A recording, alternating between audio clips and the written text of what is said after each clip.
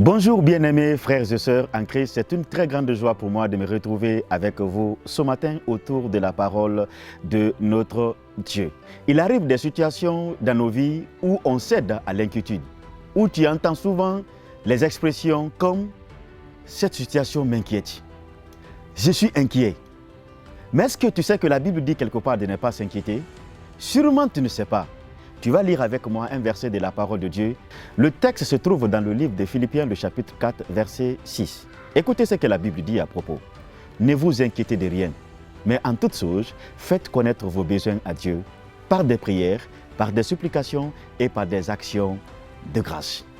Mon frère, ma sœur, quand la Bible dit de ne pas s'inquiéter, cela ne veut pas dire que pratiquement il ne faut pas s'inquiéter. C'est vrai, comme je vous ai dit à l'entame, qu'il y a des situations qui arriveront dans nos vies qui vont nous placer dans un moment d'inquiétude. Mais la Bible t'encourage de ne pas céder face à ces inquiétudes, mais d'apprendre à transformer tes soucis, tes inquiétudes en prière.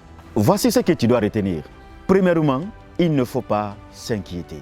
Quand une situation arrive qui est au-delà de tes compétences, qui échappe à ton contrôle, ne t'inquiète pas, car si tu t'inquiètes, c'est comme si tu donnais beaucoup plus de poids à la situation, plus qu'à la force de notre Dieu. Deuxième des choses, la Bible te recommande de faire connaître tes besoins. Mon frère, ma sœur, apprends à faire connaître tes besoins. Si tu fermes ta bouche, tu fermes ta destinée. Je vais te donner l'exemple de Bartimée. Bartimée a appris à exprimer son besoin. Et quand il a exprimé son besoin, Jésus a fait quelque chose dans la vie de Bartimée.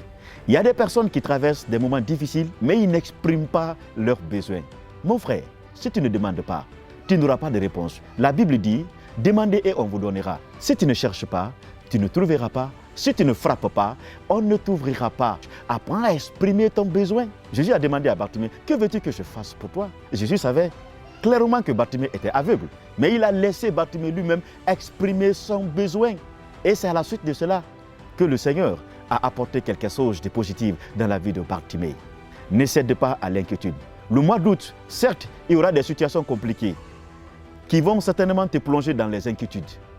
Mais apprends à compter sur la main de notre Dieu. Dis à ta situation combien est grand ton Dieu. Et de deux, apprends à exprimer ton besoin, car en exprimant ton besoin, le Seigneur répondra à ton besoin. Je te donne rendez-vous demain par la grâce de Dieu. Que Dieu te bénisse.